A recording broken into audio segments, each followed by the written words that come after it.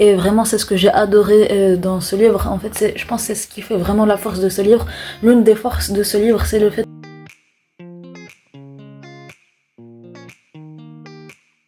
Yo todos, j'espère que vous allez bien, pour ma part ça va super. On se retrouve aujourd'hui pour une toute nouvelle vidéo où je vais vous présenter 5 livres où on apprend des choses très importantes.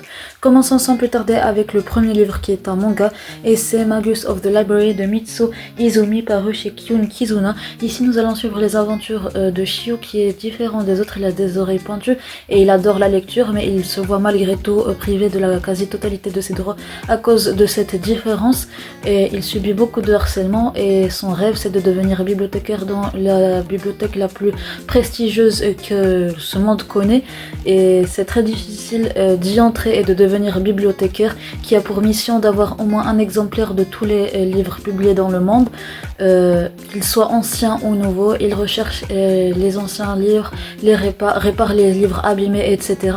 Et Shio voudrait intégrer cette bibliothèque, mais y arrivera-t-il? Il faudra lire l'histoire pour ça. Je vous recommande ce livre pour le fait qu'on apprend à avancer malgré l'harcèlement et le racisme qu'on subit et garder l'espoir en fait en ses forces et en ses capacités, avoir confiance en soi-même et en ses capacités. Et c'est pour ça que je vous recommande ce livre de ce côté-là, de cette manière-là. Mais en général c'est un très bon manga, c'est une très bonne série de mangas.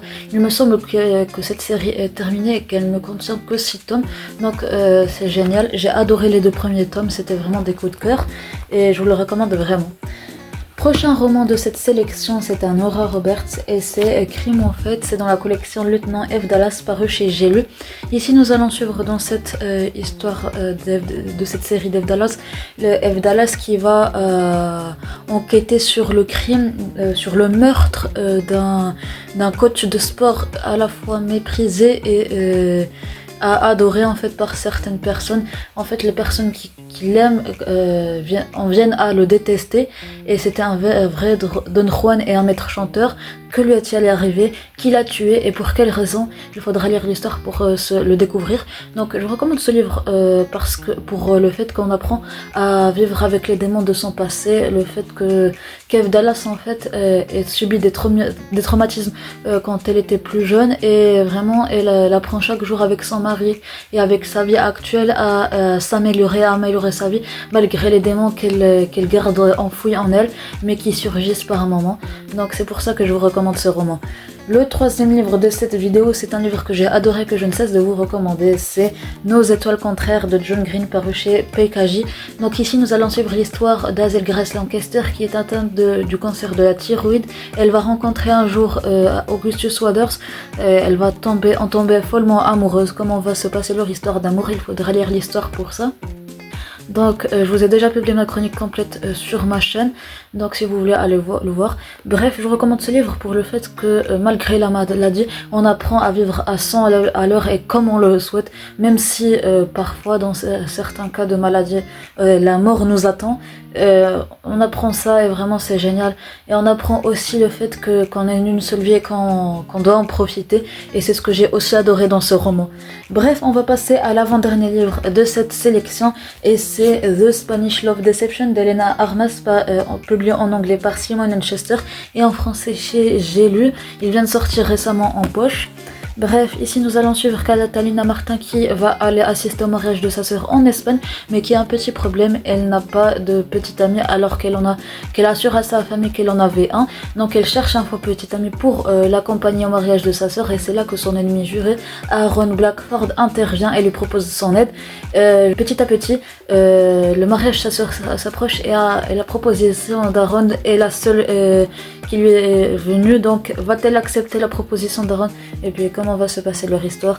Il faudra lire l'histoire pour ça.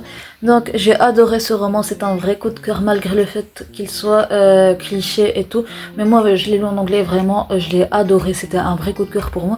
Et je recommande ce livre parce que on apprend ici à ne pas se fier aux apparences des autres et faire confiance à ses sentiments, et c'est l'un des côtés que j'ai adoré dans ce roman et c'est pour ça que je vous le recommande et que je vous le place dans cette sélection. Le dernier roman de cette sélection, c'est un livre que j'ai vraiment adoré, c'est un coup de cœur que j'ai dévoré en quelques jours seulement et c'est un livre que j'ai lu récemment. et c'est un pacte avec le roi elfe, le premier tome de Married to Magic et par Ellie Skova, paru chez Big Bang. Donc cette magnifique édition collector qui est très belle en fait. Donc ici nous sommes dans un monde où 3000 ans auparavant les elfes occupaient les terres humaines et au bout d'un moment ils ont signé un pacte qui stipulait que du côté des humains, que du côté des elfes ils devaient quitter les terres humaines et laisser derrière eux une barrière magique, et que du côté des humains ils devaient envoyer chaque 100 ans une reine pour qu'elle devienne l'épouse du roi elfe actuel et pour qu'elle devienne la reine humaine. Donc on se retrouve dans l'histoire actuelle, dans le temps actuel de cette histoire. Et on va découvrir Luella qui va elle-même faire la découverte de ses pouvoirs magiques et par conséquent elle va devenir la nouvelle reine humaine. Elle va en fait se battre pour rentrer chez elle. Comment va-t-elle y arriver et quels sont les sentiments qu'elle va développer envers le roi elfe qu'elle va devoir épouser? Il faudra lire l'histoire pour le découvrir. Donc je vous recommande ce livre pour le fait déjà qu'on se fie à ses sentiments comme pour The Spanish Love Deception, et aussi pour le fait qu'on se batte, qu'on garde espoir et qu'on se batte pour ce en quoi on croit. Et vraiment c'est ce que j'ai adoré dans ce livre. En fait je pense que c'est ce qui fait vraiment la force de ce livre. L'une des forces de ce livre c'est le fait que Luella se batte pour rentrer chez elle, pour les habitants, pour son métier de guérisseuse.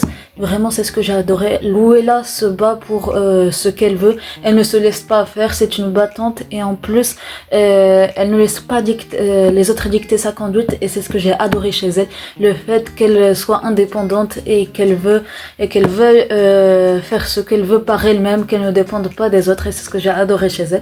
Donc c'était le dernier livre que j'avais à vous présenter les amis.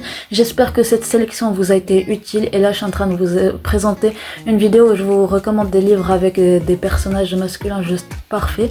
Donc à tout de suite les amis.